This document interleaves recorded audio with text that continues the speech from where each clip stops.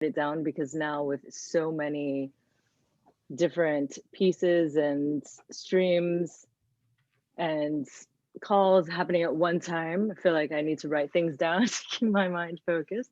So I'll take us through a little moment of where it began. So last summer, during one of our DAIPAN meetings, we discussed what we would love to see happen in the near DAIPAN future, given the state of the world.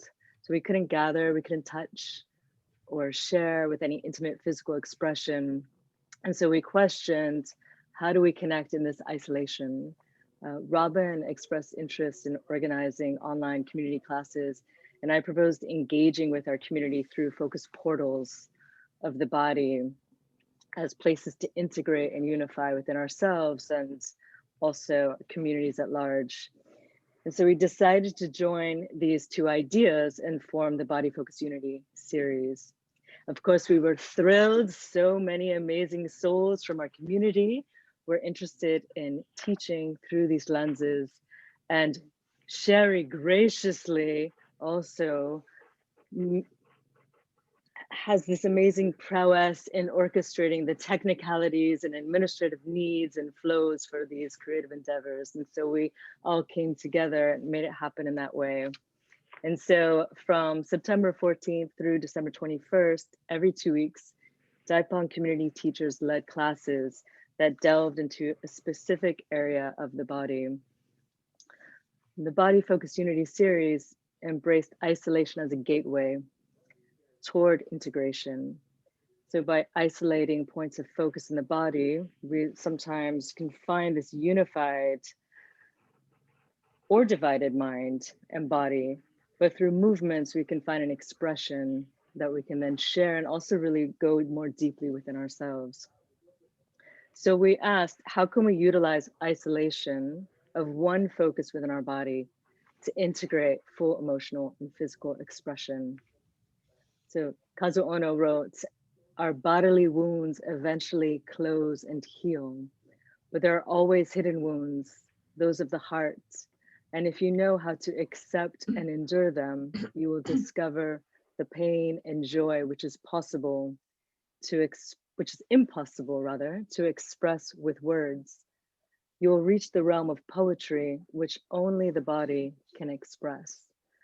So I felt like in this series, we reached into the body to express through the pains and complexities of isolation and the joy also within this poetic resonance through unity.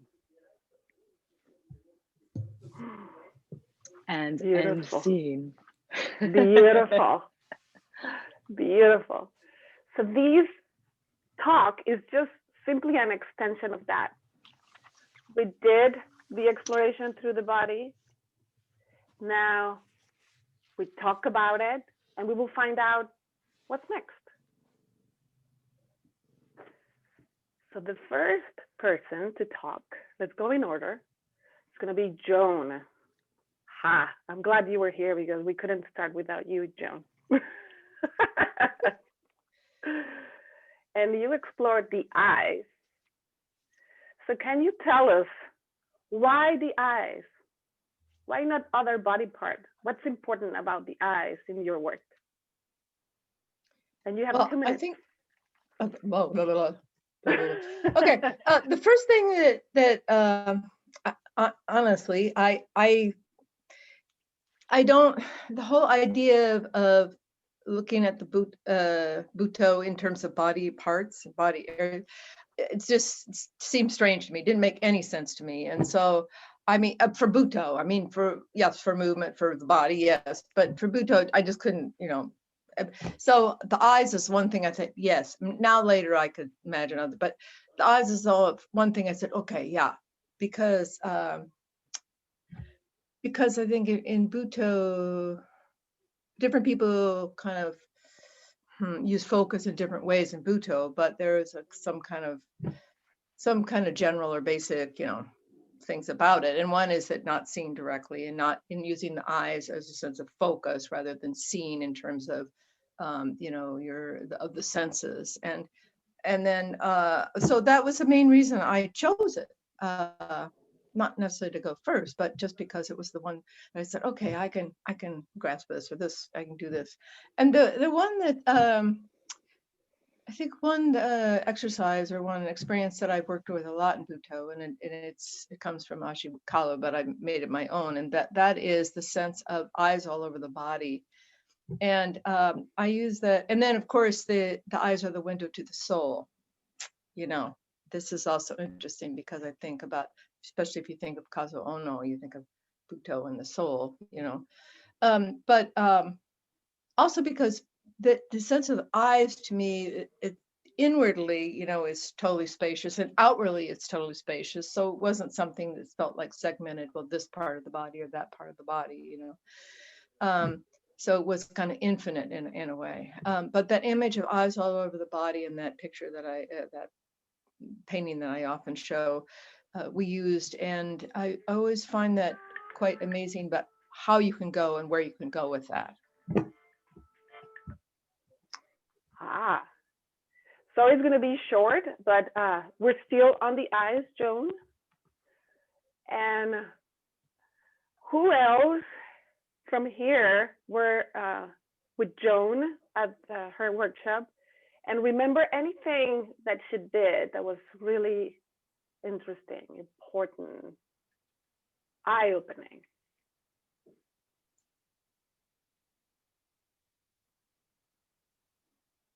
It can also go to Joan in terms of if you notice that you did a particular exercise that you wanted to explore more. I enjoy doing the eyes all over the body exercise, you know, beginning with this kind of isolating the eyes and moving the eyes within their sockets in the sense of what can be taken in, and then integrating that into the larger, as you said, infinite space of the eyes all over the body. I'm remembering, I always enjoy that. And what was particular about doing it over Zoom, I believe, Joan, you had us put our vision within the Zoom screen and then take that screen like around into the world, which is kind of a ridiculous notion. But on the other hand, like it's pretty much what I do all day long now. I dream in those often, in those little screens. And so, but then expanding it, I can't remember the sequence that you did, but something about the sequence made a lot of sense to me too, like logically. I took some notes somewhere, but something about the screen and like, oh, okay, just another layer of like, okay, now these computers are part of our body and we can see around with them too. You know, and that reminds me more of the kind of the sequence that I came up with. But and actually, now that I think about it, not that any of these body part experiences, which I valued and appreciated, couldn't be helpful or interesting, but I think to anybody, nothing to do with Butoh necessarily, but I think that is kind of an interesting point, because our senses, using our eyes, but also our focus, because that's what I started with, is, yeah, it's quite different. It's kind of specific in a new way, or a newer way, for us. So, and what does that mean? And how does that affect our thinking and our relating? Yeah, thanks for mentioning that. Yeah. Yeah. And actually, that's the next question, Joan, is what have you been observing, like in terms of like COVID-19 pandemic? Like the eyes, are they being used differently? Are they like, I feel that my eyes are more tired, are more dry because I'm always in front of the screen. And what kind of things can we do in Butoh that are nourishing the eyes? Well, there's that one experience, exercise, whatever that people do in movement, and I've done in Butoh, where you say you're moving around each other, and sometimes as you're going, you're focusing on each person, each body, and then you shift till you're not, but you're just kind of looking at the spaces in between. But then also you can go a little further, and you're not really using your eye sense, but you're using your whole body sense. So in a way, it is like having eyes all over your body. I I think for me, this the eyes and focus these days, you know, I'm out gardening and I meet people along the sidewalk, and sometimes I mean, not a lot, but you know, and sometimes I see the owner and I have a tiny conversation with these people, but there's this sense of the eyes and kind of this question of trust and a little bit fear sometimes. I mean, I don't feel that fear now so much, but I certainly did earlier. So, and how, you know, eyes communicate and how to, oh, but another part of that, which kind of in a way opposite, is I feel through this experience very early on, I felt so much compassion for everybody, especially when I see people in masks and children. This is just like, you know, it's like, so in some ways that's, you know, that's another thing. You may feel fear, and that may kind of may be residing or some connection to your eyes, but then also you can use your not just seeing, but you're just opening up, because we communicate in this general culture a lot with our eyes, just opening up and not even saying a word, but just kind of giving your passion, feeling your compassion for everybody in this situation, you know. Wow. So what you're saying is that a great exercise that we can do every day is just noticing how people are, how we are looking to people or observing people, and Or not, embracing, yeah. or not, yeah, and embracing compassion. I would guess like for the other person and for ourselves as well. Well, that sense of we're all in, that came in early on when we were wearing masks. We're all in this together. I mean, to me, this is a major thing. We're all in it together, and a lot of people don't believe that, or they just kind of. But yeah. Yes. Wow, this is great.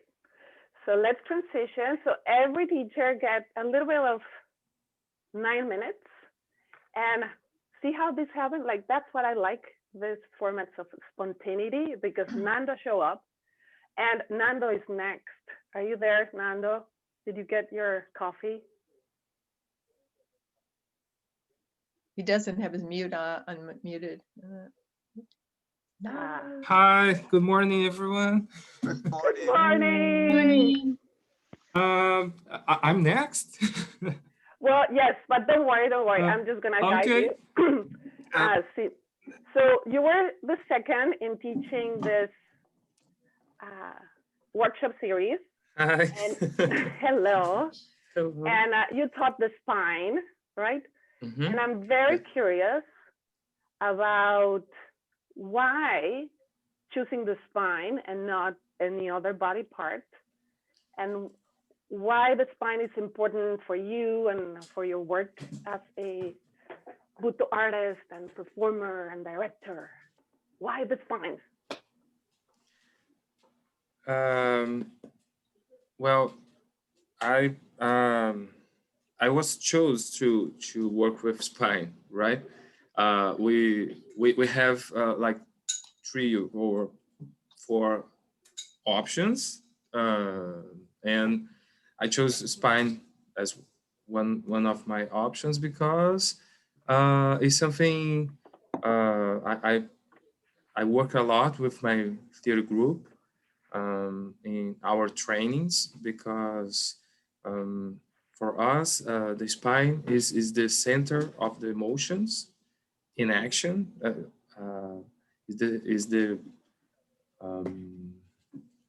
Is where our emotions are building when we are in movement. Is the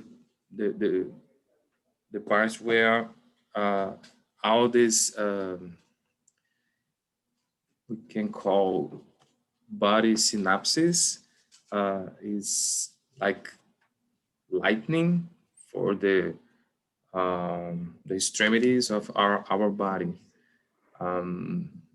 So this is a metaphorical way to think in spine, and also is physically is very important to get all the balance and to to direct your movement for any direction. Also to the eyes, we have some exercise to practice the way to look and to training the eyes, starting by the spine. So you can think in the eyes as the last vertebral of the spine. So is this very important line in our body. The spine give us como dice sustentación, Dhyana? Like sustained, maybe? Sustained. Thank you. Sustain or hold? Sustain or like hold. Both sustain and hold our body standing and standing up and for any directions. And so this is a little obvious physically, but when we work on this part, this is important to remember and to work with, to get more consciousness in this specific part of our body, and to get more powerful in our movements and our expressions, making this part very alive and put energy in this part to spread for our body, the extremities. So Nando, so every section, like I'm just gonna give you 2 minutes so we can get the idea and flow into the next question. And I said to everybody, I want to make this as a dance, like the conversation is a dance. I'm just giving the score. I just wake up, sorry. I try. No. And I come, I show up and you say, oh, you're next. I know, I'm sorry. But you did great. So transitioning into anybody who attended Nando's workshop, do you remember anything important? Excuse me. Yeah. I was just taking my coffee, but I still hearing you. What the thing that really, well, I remember, doing some warm-up exercises with the spine. I mean, actually moving with the spine. But I think what really struck me or, drew me in was the drawings that he had. They were fantastic, and the variety. And I thought, wow, I mean, yeah, I don't know where he got them. Nando, I don't know where you got all those drawings and paintings, whatever, but they were just amazing. Almost a little too much for one session, but it, in a way it didn't matter because they were just this kind of glimpses. But I really, and where you took them, that's what really impressed me. And yeah, kind of really expanded my sense of, imagery about the spine and where you could go with it. Yeah. Yeah, that I didn't capture. I don't know if you said what you said just now in the class about the eyes being the last vertebrae of the spine. That's so cool, but it really puts it together for me right now. But yeah, I remember the images a lot. Like the first remembering about your class, I remember it was simple, powerful, and then like something, for lack of a better, I don't know what, it was like much more cool than, anyway, it was like Guns N' Roses. It's like the spine, like something rock star coming out of the bones, the beautiful, hardcore bones, and then these flowers coming. It just felt like, oh, that's a base that I want, that feels really strong. And yeah, it was really fresh. Wow. Great.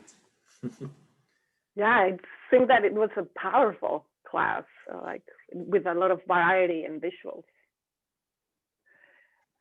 So Nando and everybody, like in terms of today, COVID-19, where are we? Like in the spine, like is our spine in a good place? Are we suffering? Does it need help? And how can Butoh help?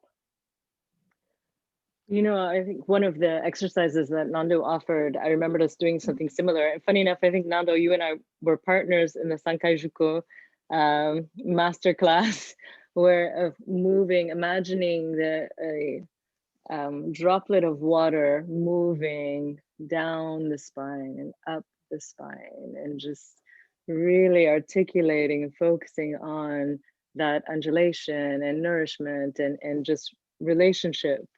And I think that that could definitely be helpful in this time where we're doing so much sitting in front of a screen, you know, to nourish. And then like Sheri said too, and Joan, the images that Nando shared to then kind of evoke more movement from that space of becoming so integrated in the spine to then literally blossom it out through the rest of the body and express and find that kind of unifying, but also really just like invigorating aspect of being so connected to the core yet expressing out. I think all of that is probably really needed in this time when there is so much sitting with this just screen in front of us without this lack of three-dimensionality of connection.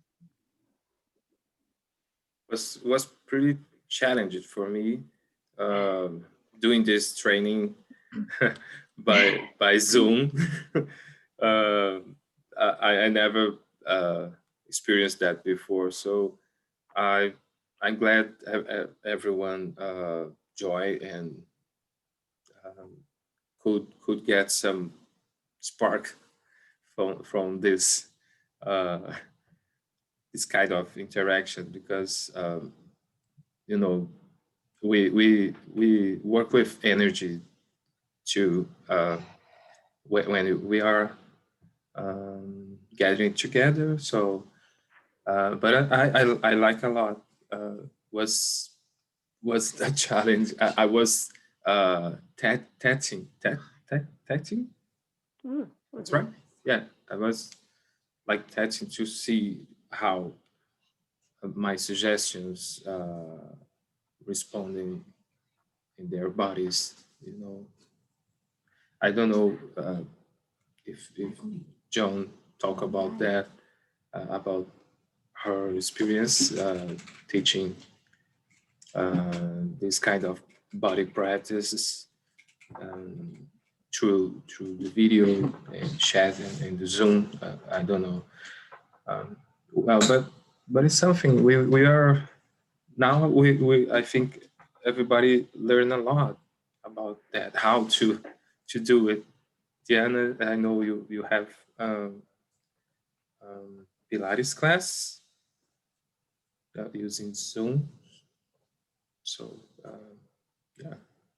But I think Pilates, this kind of practice like yoga, work with poses, and maybe is a little bit easy than this kind of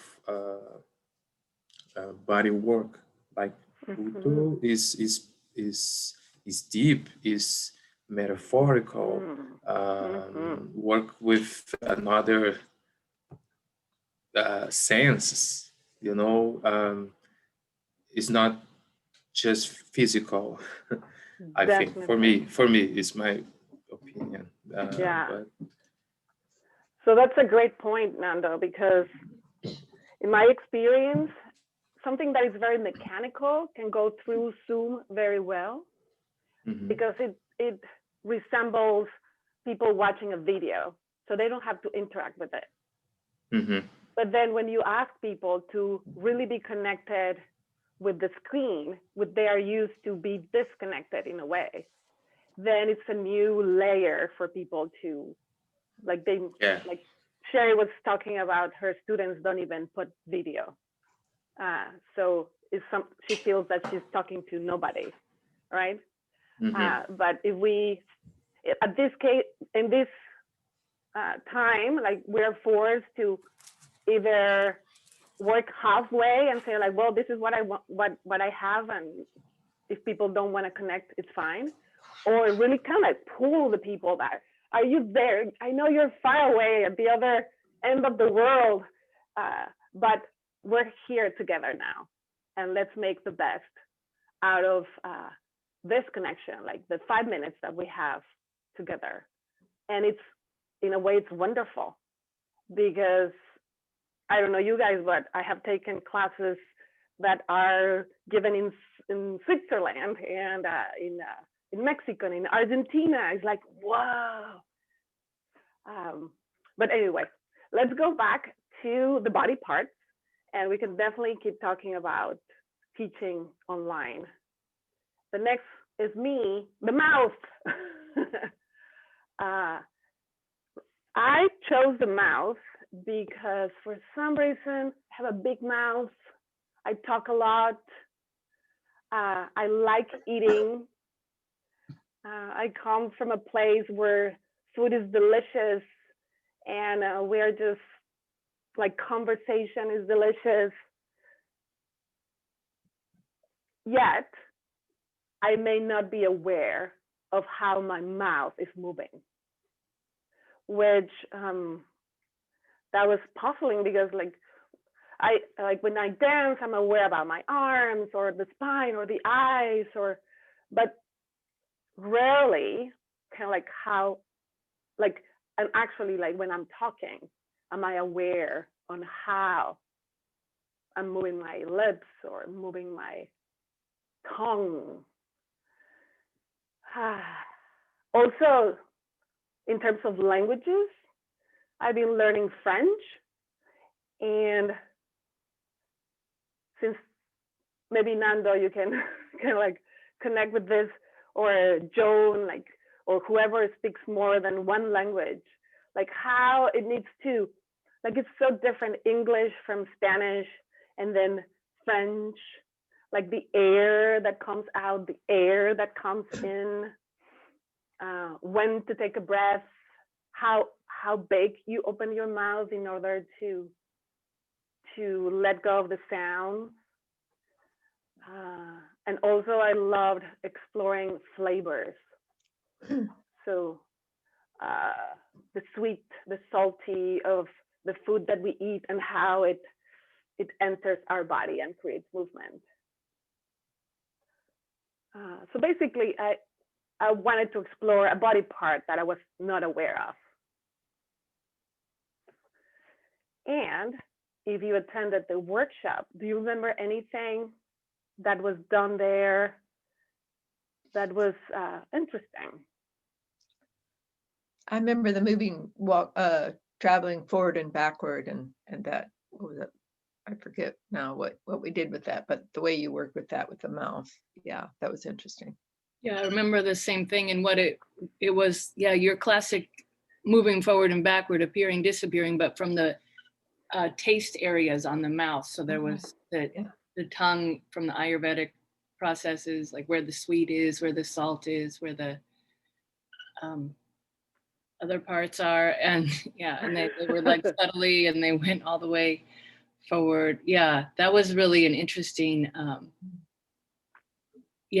way to really access images, but from taste. Yeah, and then how taste actually became images. Yeah, and affect our spine. Wow, okay, I guess this did integrate. Beautiful, Sheri. Yes, we integrated like the eyes with the spine, and now the mouth. Yeah. Also, I love the your variation on who's our teacher who does the tea ceremony. Yeah, it was Ken Mai. Thank you, Ken Mai. Beautiful, drinking the tea ceremony, but how you took it to Mexico and like a taco ceremony. That was like, now like, I'm like, oh, okay. Actually, I did the taco ceremony with, I don't know who, but just really quick. But it was just fun to, you know, like, oh yeah, what do you normally put into your mouth? How do you do it? And what is it when it goes away? Like, yeah, you're thinking, listening to you really reminds me about the innate cultural, personal cultural aspect of Butoh and how it comes out. It's cool. Oh, yes. Transform other, like these theoretically Japanese or Eastern ideas into a Mexican American framework. Thank you. So what is our perspective now in terms of the mouth, maybe connecting it with culture, and in today's days of COVID-19? Well, you don't really see it very much. I mean, that's one thing that's been taken away, the nose, but the mouth is even more major. I thought, reading people's expressions, and when you're communicating so often, you're like, oh, you have to turn your head to kind of open up your ear sense because it's kind of hard to hear. And then when you go into a place, they have these screens. I mean, it's all necessary and that's fine, but I think the level of the increased level of barriers, or, that you have to like persevere to be able to communicate, even, it's a practical thing, but buying a coffee or and even here, what's really weird that I'm experiencing right now that I haven't experienced yet, but I wonder about the rest of you. It's like I'm speaking and I can hear you when you speak, but my speaking itself is larger than life than it usually is. It's because when I'm relating, if I'm with you, I feel we're kind of equal. I mean, my voice isn't necessarily louder or bigger than yours, but with the screen, I'm like, because there is this barrier. Yeah, there is this, it's like this whole like atmosphere or something that you have to, the voice and the communication has to travel through.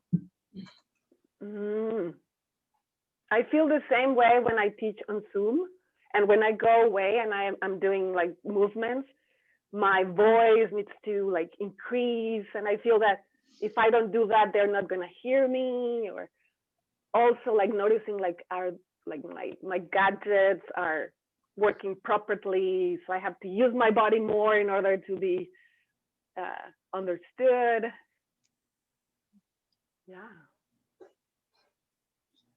Yeah, I want to add on to what you both said, as far as like the obvious that the mouse is missing, and from communication, that's really hard. Like I always thought before COVID that the eyes were like maybe the most important means of communication.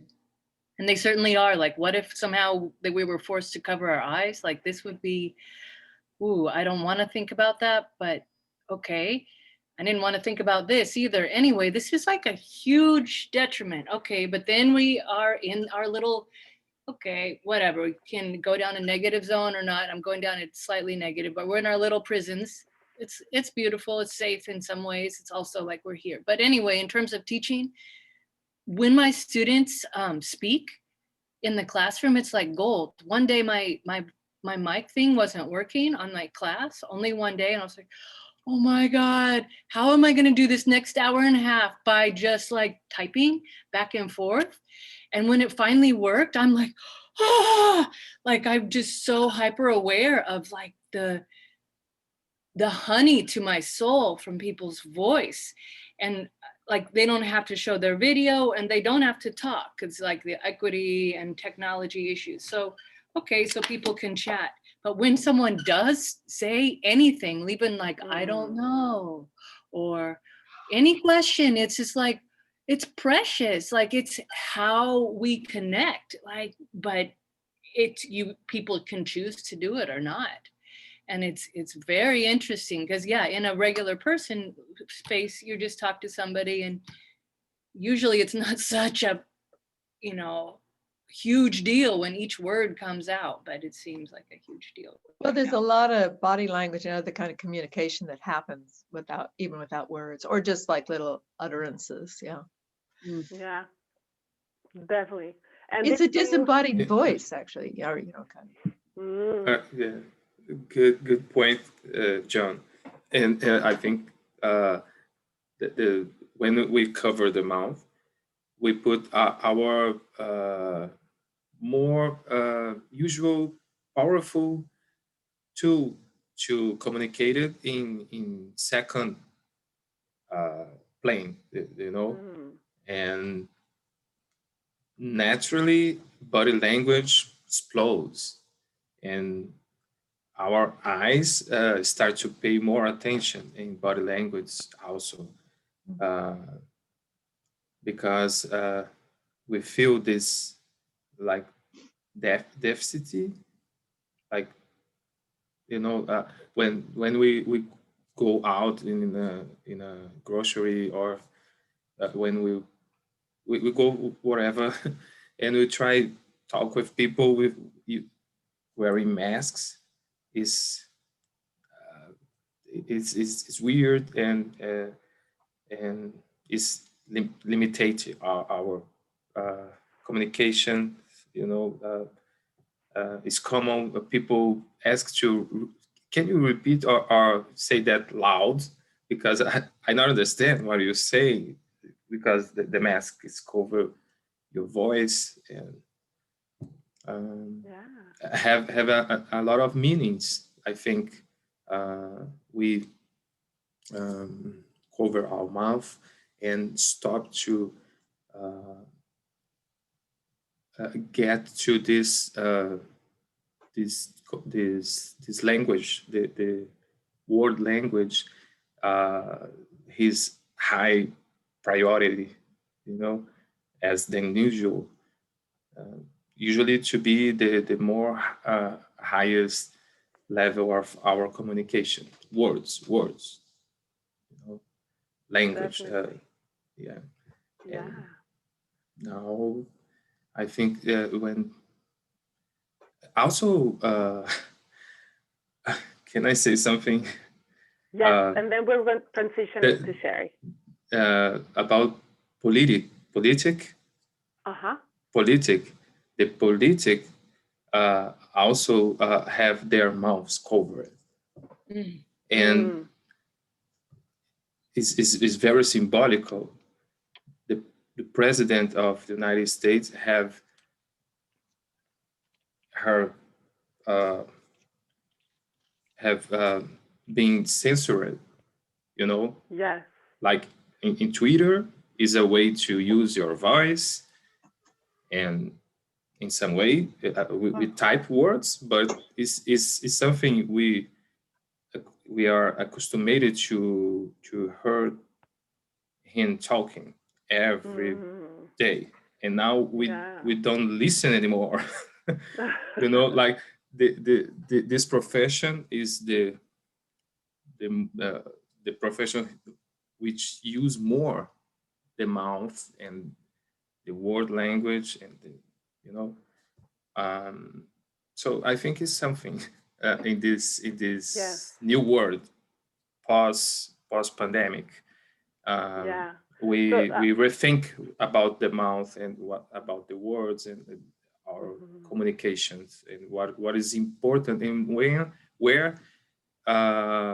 it is the essential of the truth, you know, a kind of truth, essence of the truth, because words can mask a lot of lies, you know. So Nando, definitely let's talk about that. Because it's so important, like how controversial have been to have a covered mouth or not. Yes, not just here in the United States, but all over. Yeah, I just use one example, very important example. Yes. So Sheri, we're going to you. You chose the ears. Tell us why. Well, I chose the ears. Now I give myself the 2-minute timer. Because, well, to me, like, okay, yeah, this is such an interesting conversation. Okay, to me, like, I really want to hear, and personally, I want to hear, like, spiritually, and then be able to be guided from that way. But how do you do that? Anyway, I wrote this success criteria of my classes. I will be able to feel, comprehend, and awaken an expansive, quiet sense of auditory awareness in my world through interconnecting functions of the outer, middle, and inner ear, as well as those of my community. So basically, I think in a way, you know, the eyes are obvious and really important, but how do you see or hear? Like, you basically need to listen to your body to dance, like to listen. It's a deep kind of listening. And yeah, and then just the call it's a deep kind of democratic listening to every single part of your body somehow at the same time, and trying to find an integrity of order and a unification of all of that.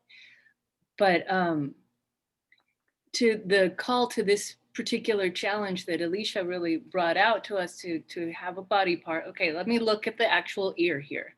So I did just a little bit of studying about it, and like this, okay, there is an outer, middle, and the inner ear. And just from the exercise that was really useful was the Noguchi gymnastics. There were some other pieces too, but I found out, oh, okay, well, your ear is connected to your balance, which is connected to your joints, which is connected to your brain. It's like, boom, like it all, like I found out that actually the ear is connected to the whole freaking universe, because there's like the billions of the nerves in your brain and cerebellum and the cerebral cortex. And then like from there, like I have this interest in math, like, okay, well, how do you quiet all of that? And kind of jump to the next plane. And so this Cowrie Remembers, I'm trying to delve into the e to the pi times I minus to the pi times I equals -1. Anyway, this kind of like, okay, and then how can from there we can listen to the spirit and hear the final truth. And thy ears shall hear a word behind thee saying, walk thee in it, this is the way. Turn you to the right, turn you to the left. So Sheri is introducing a sound. You're going to hear a sound when 2 minutes are completed. And so let's see, we can transition and transition and transition. So tell anybody that attended Sheri's workshop, do you remember anything? I do. The depth, the physical depth we went into with Sheri's exercises was, it seemed to me, pretty radical. We were tasked with getting in there so deep. I think we were asked to even find the fucking eustachian tubes. Come on. Cochlea. Well, I think I found mine. And so that was radical. It was I mean, I know with each of these physical explorations, we got to pay attention to certain areas of our bodies that sometimes we don't. Well, I'm not sure I've ever paid as much attention to my inner ear as I did in Sheri's class, and I thought it was pretty cool.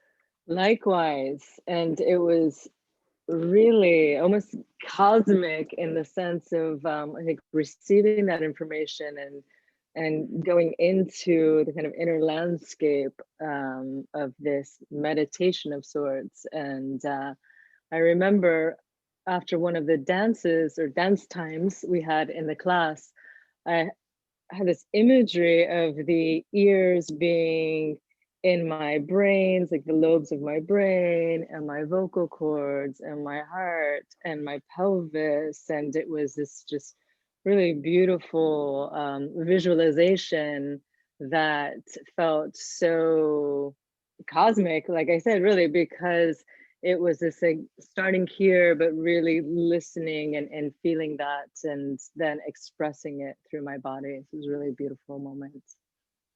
Thank you.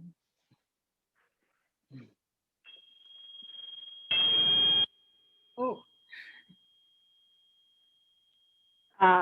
Let's move into now COVID-19. What's happening with our ears? What can we do about it? Through Butoh.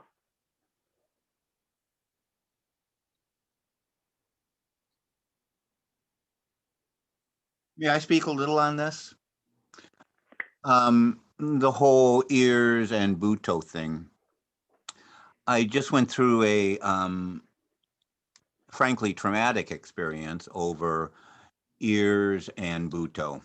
I took a workshop this last week, and both because of the platform and because of the damaged state of my ears, I couldn't hear most of the information that was being given in class, down to the choreography. It was all very simple choreography, and I think because it was so simple, the person teaching it probably thought, well, I don't have to go into, I don't have to really explain too much here because these are a bunch of professionals, and but if you don't know, if you're doing a circle dance, say, just walking around a circle, and you're tasked with raising your arms, say, and dropping them at a certain moment and continuing your, well, that's fine. I mean, but because I couldn't hear exactly how the hand raising was supposed to be, and because I was doing it in my own living room where there were no other people to look at, kind of take cues off of, because of COVID, so isolated, all the prompts I would be getting from my fellow dancers weren't there. The prompts I had been supposed to receiving through my ears from the instructor weren't there. It was really, really horrible, and kind of a parenthetical end to that. So eventually I just had to, I gave up, and I stopped this last circling phrase we did. I stepped out of it because we were being recorded, and I do not want to be caught on tape flailing, and that's precisely but there was one thing. Then we were all, I don't mean to go on, but we were all given a chance to do a 1 to 4 minute solo. Okay, 1 to 4 minutes. Great, I can do that. And I'm not much of I'm not the guy you want on your team if you're creating an ensemble piece real quickly, because I'm going to be the slowest guy to learn it. But, give me just a little room to do a solo. I'm your guy. I can do that for you. So we did that at the end. I was the last guy to do it. And then I waited around a couple days to hear the leaders get back to us on email because I knew she recorded all these things. And the email said that because I hadn't pressed one of these buttons here,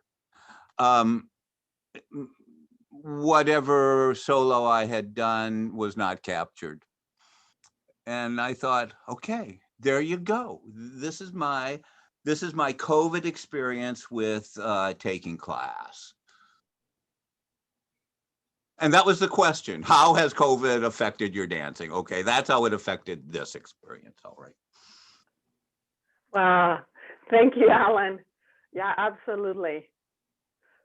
I totally connect with that, the frustration of not hearing, and because of it, not understanding, and you really want to pay attention, but it's like, I just want to turn the video off and do another thing because this is not working.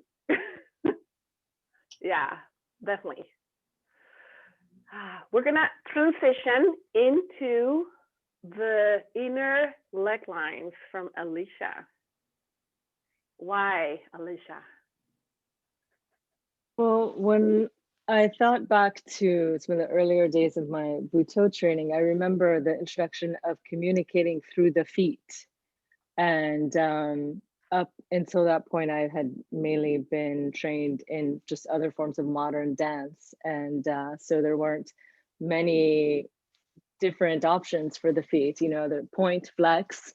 And so this idea of communicating through the feet was just so amazing for me. And then what I realized is that to communicate through the feet, I was really accessing certain aspects of my nervous system, of my memory, of my somatic intelligence, because I was communicating, you know, anger, joy, or even lion's claws, or whatever it was. I was calling upon a greater aspect of my somatic intelligence to then communicate through my feet. And anatomically and energetically, so much of that courses through these sensational pathways of the inner leg lines, which I love dearly as a somatic healer and facilitator as well, it just so happens. So I thought that this could be a wonderful opportunity to bring the awareness into the inner leg lines, to tap into those sensational and also sometimes emotional or energetic, essentially information and sensations that are available if we intentionally connect into this space of our body. Mm. So anybody attended the workshop that want to share an exercise idea that Alysia brought? Well, that was the first workshop I attended because I didn't know they were happening. I forgot they were happening. And boy, I had so little awareness of my inner leg line. It just really brought that to awareness. And I loved that. And just all the connotations of that, the anatomy and physiology of Chinese medicine that you were showing us was really interesting. And I took that into some of the choreography that I was working on, that inner leg line, and it just brought a whole new awareness to me of my inner leg line and how sexy that could be and how interesting that was. So I just thank you so much for that. It was just really. Oh, thank you for sharing. Yeah, I want to add to that. I too had pretty much zero awareness. Inner leg line, what even is that? Like, I know that there was insides of my legs, but I didn't know that like my big toe lined up. There's a whole pathway up from my big toe, up my inner leg lines, through my pelvis, up through, and then up, I believe out through your mouth is like that out. Wow. And just the way that right now I'm doing weight training thing, just to keep exercising. And anyway, like, I'm like, oh, that's how I can balance. Like, I just really more aware about my big toes and how important they are. And just anytime that I'm off center, which is more times than I'd like to be, I can really, that's a deeper access place for me. Anyway, yeah, that's like a whole like huge area of my body temple that I didn't even know existed. So, and it's like a power line. So thank you so much for opening that up. Thank you. Thank you for sharing that. Alan, did you have your hand up? I do indeed. When you say you're going to be a poet and you write every poem you can think of, and then somebody comes along and says, hey, here's a form, it's a sonnet, or here's a form, it's a sestina. All of a sudden, over and above these millions of poems you've written without sonnet form, without sestina form, you get to write those poems. And paying attention to my inner thighs apparently activated a zillion dances, because I found that was the workshop I attended where the dancing came freest to me. All of a sudden, just because I was not only given permission, but actually asked to have my dances have something to do with that part of my body, God, all these dances came to me, and I thank you for that. Ooh, thank you. You know, Yay! I just like to say, unfortunately I missed it, but I was thinking inner leg line. I mean, you know, it's different than other body parts, you know, completely different. I couldn't imagine it's this connection, you know. Now you're talking, I mean, in terms of my Butoh practice, but now you're talking about that connection, the inner line to the toes. But I thought about a couple things, like in when you study martial arts or Tai Chi, you know, they call it the Kwa, that's your like your groin area, and how that area has to be open. So that made me think of it, you know, this attention, this is really important and interesting.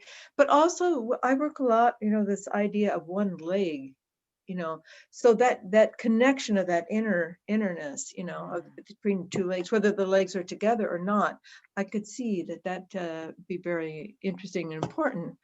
And then I just thought about the tree and the roots, you know, the core of the tree. So I'm sorry I missed it, but I'm getting something from what you guys are saying, so that's helpful, interesting. So if we bring all this to a more global pandemic, where are our inner lines? Not in us, but in everybody. Well, maybe what I just said, that thing about, you know, in the toes and down into the feet, that sense of rooting, because this is not a rooted experience here, you know. I mean, I think that's what I mean. We get out in nature as much as possible, but when we communicate with people, we're not usually rooted, or, you know. Absolutely. So working on the inner legs in like more often will get us rooted, and students will be rooted. We can pay more attention to that. I think so much right now too is from here up in the screen. Yeah. And so it's easy to forget from here down. And just even in general in life, a lot of our awareness is from here up even.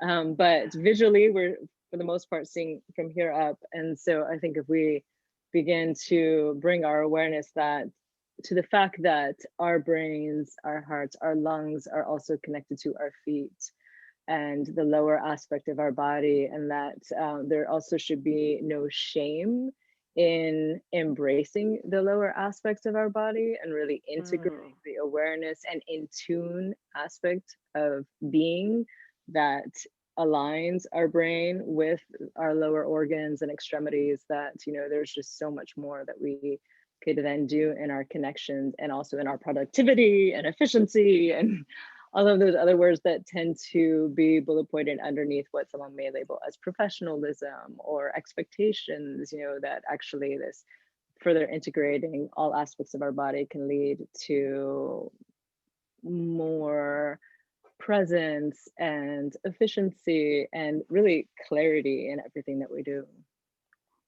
Yeah. Alysia, you're making me sit down and be aware of my feet and my inner lines right now. Which sometimes, like what you just said, is like, I'm into like, what am I going to say next? What needs to be done? Breathing when I remember, but how to ground yourself. so important. And now, the hands, Alan. Tell us. When I was in, Jesus, God. When I was in third grade, the teacher had us vote for class president. And I don't know where I got the notion, but I thought you're not supposed to vote for yourself. I didn't vote for myself. And Carmen Privet became class president by one vote. I'm not. And at that point, I should have taken that as a life lesson. If you want something, you know, it's kind of up to you. But being a dyed-in-the-wool Piscean, it's a lesson I quickly, you know, just forgot all about. But it recurred to me when we were asked to choose a body part, choose a date. I jumped on it because I knew that I wanted one to choose an early date so that I didn't have to spend the summer worrying about it, and choose the body part because I knew exactly the body part I wanted. And that would have been, did we not have a whole face one? Was it just eyes and mouth? Wasn't there a face one? I think there was originally. No, there wasn't, Sheri? Oh, okay. There wasn't. Well, okay, maybe I then, well, I don't know, maybe I must have written it in because I definitely wanted to do face. So I got on that list early. My effort to be not have to worry all summer about a class I was going to teach. My good intent went to hell because somebody had already chosen the date I had chosen. And we were told this, I believe it was Maureen and me. And once I heard that there was a conflict there, I said, oh, well, that's okay. You know, I can do some other date. And I ended up with December sometime, grand. And not only did I end up not with this face where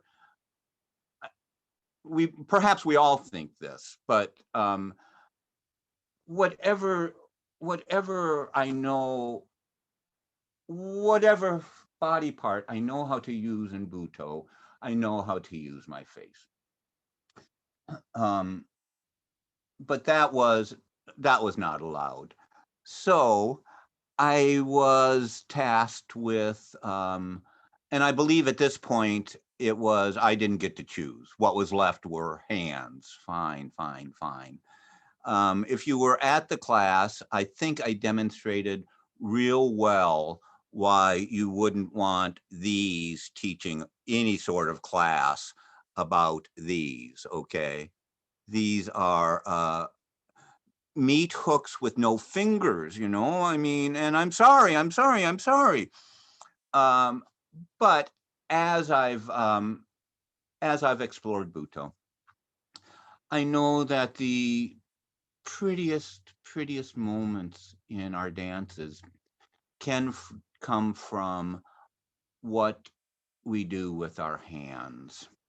And I've come to believe that the apex of the beauty of our hands is achieved not by, okay, I'm going to go out on that stage and at one point I'm going to do, no, I don't think that's how we attain beauty of hand gesture. My experience is it comes from nowhere. I look at the pictures of myself dancing where I say, God, that was gorgeous, without any idea where that came from. No idea. And what I'm not saying here is that I'm not saying, oh, God, all my hand dances are beautiful. What I'm saying is that when I have achieved them, they've come out of thin air, and I just have to bow in gratitude to the gods that I got to have that moment. This is gonna come out of nowhere, but because of time, I'm gonna invite Helen to chime in, to dance with you in words about the pelvic floor. Oh my God, pelvic floor and hands. I don't know how it's gonna come up. But Helen, can you tell us why you chose the pelvic floor? Well, the pelvic floor has always been really interesting to me as the foundation of movement.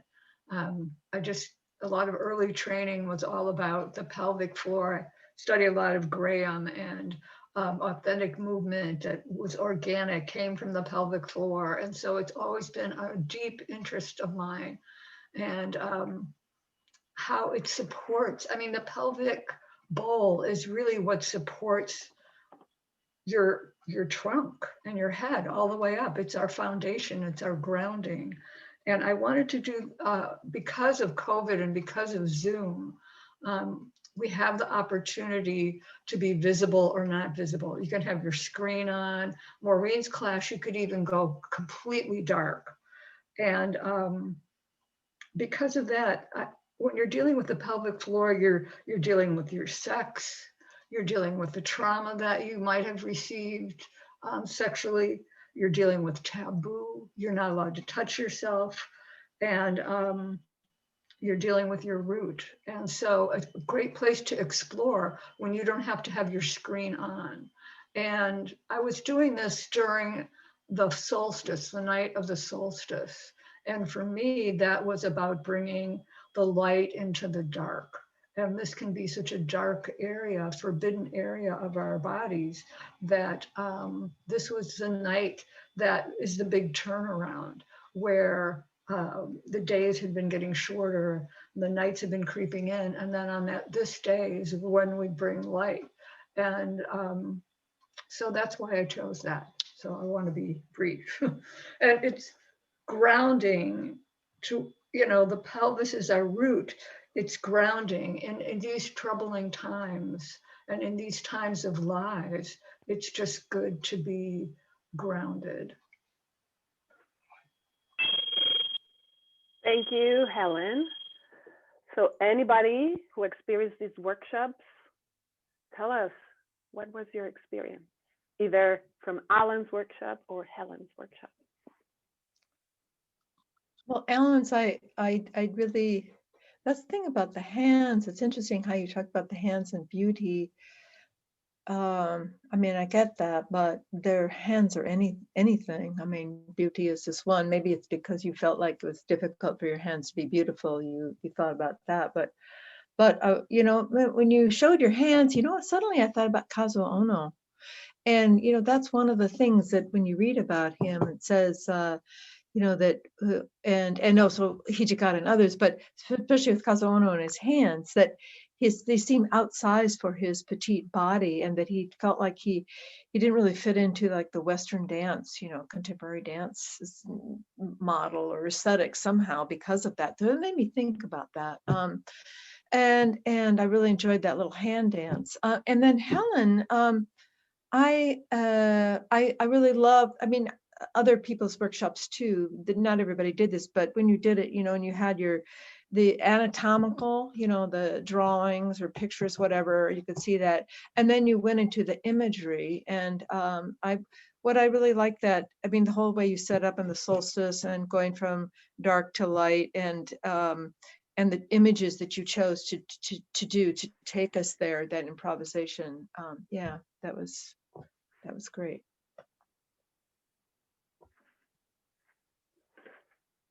Yeah. Well, either from Helen or the pelvic floor or the hands, how can it connect with what we're experiencing now during the pandemic? And how can Butoh be encouraging well-being or connection with that part? Well, sorry, I want to kind of reflect on both their classes real quick. I appreciate, the self-denigration of Alan's previous story. To me, Alan's one of my formative teachers. I mean, yes, now I'm Grace, that we're partners too, but like hands, I know it's so funny how you might view yourself. Hands are like integral to how you teach. I mean, this bird poop, Alan, like how the hands have their whole life of themselves. You do that. And so it's just interesting how we can't necessarily, we see ourselves different than other people see us, even people that are so close to us, you know? And then on the Kazuo Ono, like the quote that I always remember about him on the hands is, let your hands be more free as they want. I mean, he said it prettier, but basically like that. And I always think about that, like just let them do it, because they've got their whole mind. And as far as Helen's class, I mean, it's always like this deep wisdom that comes through. And I really appreciated the trauma aspect of just like owning that aspect and being compassion, holding that compassion for everybody. And also the strings. I don't know exactly how the strings fit in with the pelvis. I guess everything fits in, but to me, it's just the reminder of, like she said, these strings are always here, your horizon, your earth, and your crosswise. And it just feels like, okay, that's always there. We just have to remember. And I just thought it was really fun that that we had just a playful, ridiculous moment of Christmas song dancing warm up. Like, that's just like, yeah, it's so cool that Butoh, you can do those things. So I guess just to tie that back into the COVID, like, cool, we can do it. We just have to remember, and then we're blessed with the opportunity to be there for each other. But yeah, stepping up and doing it is way more intentional these days than perhaps, well, it was intentional before, but it was more like everything was so noisy. We just like put that intention in with the other intentions, at least for me. So things are a lot more quiet in general. Like I'm in a way, like because people are not traveling as much and all that. And anyway, what we're doing, there's a quietness of thought of mankind, even though there's also layers of chaos and distress and all that. But there is a quiet and a settling, and we can be really choosing to be aware of that we are actually connected. Yeah, and how we're connected is very interesting. Like I could think right here, right now, like I'm just talking to a screen. These people aren't real, but I know you're real. And even those kids that I've never seen their faces, like I could be all tripped out on myself, or I can just be like, you know what? I'm gonna leap of faith. We're pretty much in the same room. It feels like it. When I say, hey, let's come back to the big room after we do a breakout room, it feels kind of like the same thing. I mean, it's just a different way of experiencing it, but we all know we're in the big room, or we're like more intimate together. So it's interesting. It's like we're losing stuff, but we're gaining an expansion too. So Sheri. That horizon line was so important to me in that class, and it was so important to me in the Big Bear. That's what part of my inspiration for Butoh. And when I think of that horizon line between, the line between your pelvis, the line that's going vertical, between the shoulders, just that line between the sea and the clouds and the air. I often think of Kaoru and the way she teaches, and the whole string of infinity like pearls when we're doing that kanpaku. I'm probably saying that wrong, but when we're doing that, just these pearls going out into infinity, that we're each one of those pearls. And that reminds me of the horizon line, especially when we're doing that exercise. And that's our connection in this time of very internalized world. We can be grounded in our own truth and our own horizon line. Wow. So Helen, Sheri, you just mentioned kind of like a leap of faith and having a horizon line, and to visualizing how are we connecting in terms of like we have to leave something, but we're gaining so much. We have just a couple minutes to unwind this whole session. What's next? What's the horizon? And how this series is evolving, or it's just dying. But so the creators, Alysia, Sheri, and Robyn, who's not here, tell us, like, also Karu, you have been listening. If you have something to say,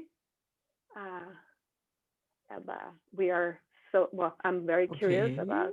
All right. So I wonder if I can add some valuable things to you all or not. But yes, this is a really great inspirational time during this kind of, well, limited actual real access with you. But yeah, the word connection is big thing for me, and also what you mentioned, real. So that's the kind of thing I may add some word in this chance. So as always, Butoh for me is showing the existence of another world. Some world totally different from this world. Butoh is a way to show that kind of imaginary world. So that might be more, have some role, especially in this period that reality is changing. I feel reality is more vulnerable right now. There are not only one reality for us. There might be, but now in this situation, there is a chance for more people to understand real is not so real. Or real could be vulnerable. Real is not the thing so solid. Reality is more abstract. So that's the kind of thing I feel in this season. And if I pick some body part to this kind of feeling, I'd say skin. It's really important for me. It is boundary. This is imaginary. Yes, that's separate you and world, but at the same time disconnect you and world. Thank you, Karu. So any words of that you have to close this session? We are running 2 minutes late. If you have to stand up. Well, I just want to add something. Alan talked about hands, and John added about how Kazuo worked so with his hands, and how important it was use the hands for him and in Butoh in general. And hands is another part. It was cut from us in this pandemic, right? We don't hold hands anymore. We should like do this this weird way to say hey, hello for loved ones, and also the pelvis, and this part of this, our sexuality is a little restrict right now. We don't have this open socialization, so we are more seated than ever. We pass a lot of time seated. Yeah, and with this part on the chair or yeah, whatever, working or just living. So I think you ask about the next. I think this moment, Kaoru say so beautiful words about how reality is not the same for us. The perception of the reality is complete change right now, and I think we should pay attention in that to as creators, as dancers, as artists and artists, and use that for our next creations and inspirations to do something. And I think in something about the caterpillar dance in the cocoon. That makes sense? I use Google Translator to help me. The caterpillar dance in the cocoon. Caterpillar. Caterpillars, Caterpillar. thank you. Caterpillar dance in the cocoon. Because thinking about our body, yeah, exactly, John, exactly. I think Kaoru talk about this internalization. We internalize a lot of experience in a year, just a year in our lives was so intense internalizations.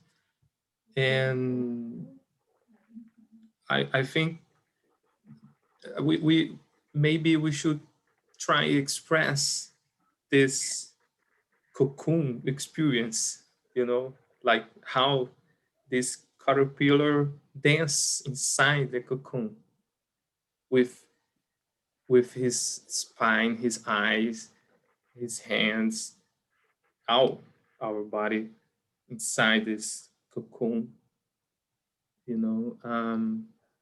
Maybe that could be a good transition for a new Butoh, because I think Kazu Ono and Ijikata danced the final of a word for them, after that the two bombs, the atomic bombs, they had their words devastated. So they danced that feeling of the shadows of a lost word for them. And we lost some word too. We leave our atomic bomb. We are blessed because it was not an atomic bomb inside our heads, like in Japan. I can't even imagine how horrible it was. So, but we live this kind of death of a word, and we can dance maybe this death in a new Butoh. We can just imagine or start to building and create. Sorry, I talked too much. Thank you, Nazo. Yes, Alysia. Yeah. Before you begin, Alysia, just it is 11:38. If you need to go, thank you for being here. If we want to stay half an hour more, which I'm happy to, and then just reflect on this. So anybody needs to leave? I actually need to leave in a few moments, but I would love to just share something real quickly. We have a few moments.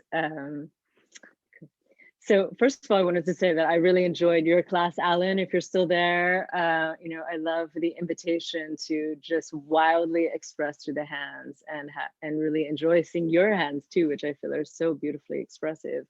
And in Helen's class, I really appreciated how how much you held the space for the pelvic bowl and in the vulnerability and the reality, as Sheri also mentioned, that there is possible that there is trauma there, but that we can hold that and also move through that and be with that, you know, in this way. And I love that toward the end of your class, literally the skies opened up and it started to snow. And so it's like we reached that horizon line, not only in our bodies and spirits, but also in the surrounding atmosphere.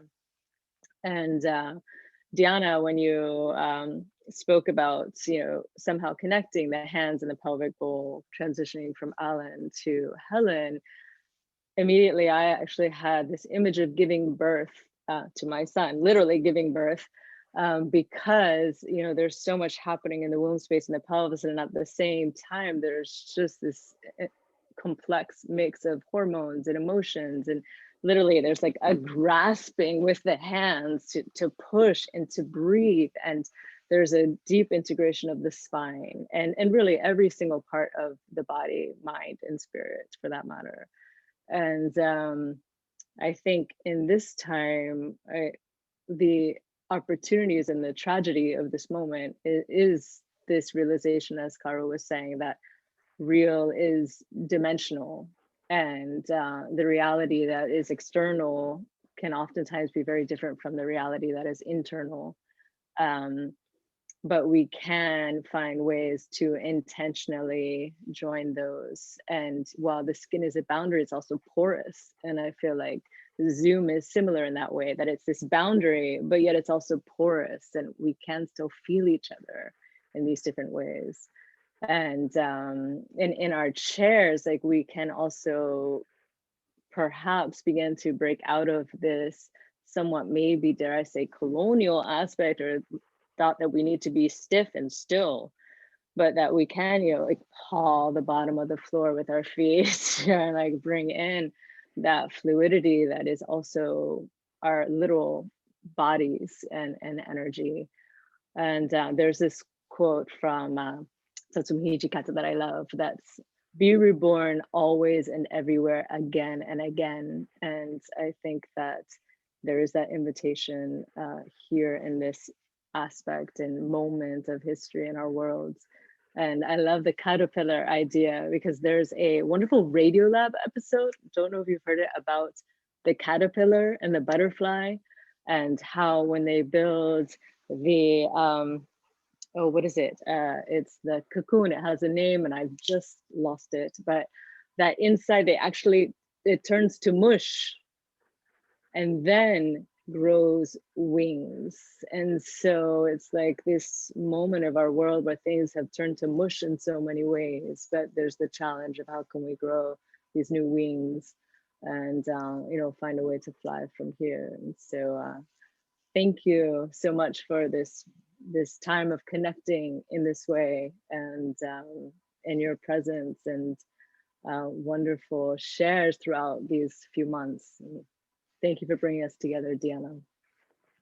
My pleasure, my pleasure. I feel that I dance with you, our words dance with each other, ideas are growing. And when you just said like connecting the caterpillar with like noticing that Zoom can be a boundary, but also has this porosity, is that the word? Mm-hmm. Yeah, that we don't know, right?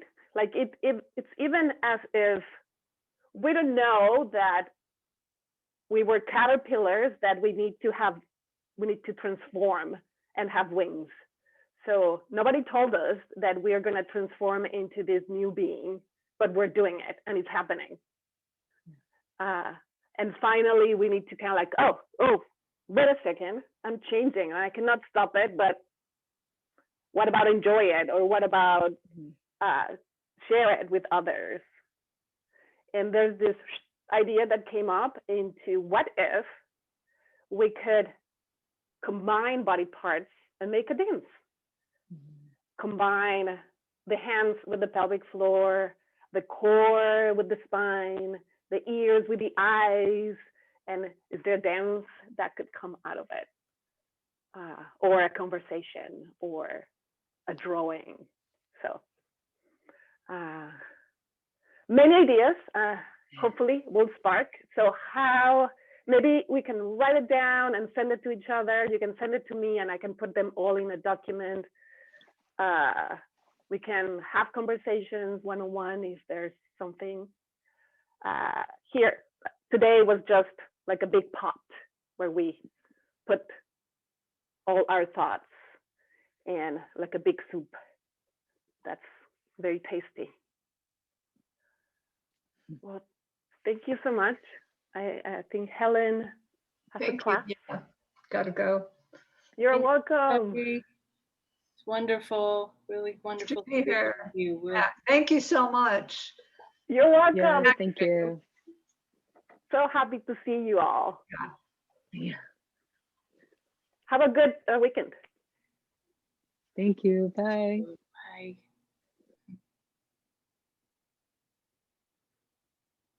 Dhyana, I did want to ask you a question, unrelated, well, related, but unrelated. Yes. You have a moment? Of course. About Yvonne. Uh-huh. What are you thinking? Yeah. Yeah, me too. I mean, Yeah. it just, I haven't responded to the email when he told me about it, but it's pretty not shocking to leave. Well, but to go to, I don't know, he must have some connection. Family. I mean, Yeah. oh, he does I have family know. in Morocco? Yeah. One of his sisters is married to a Moroccan man. Oh, really?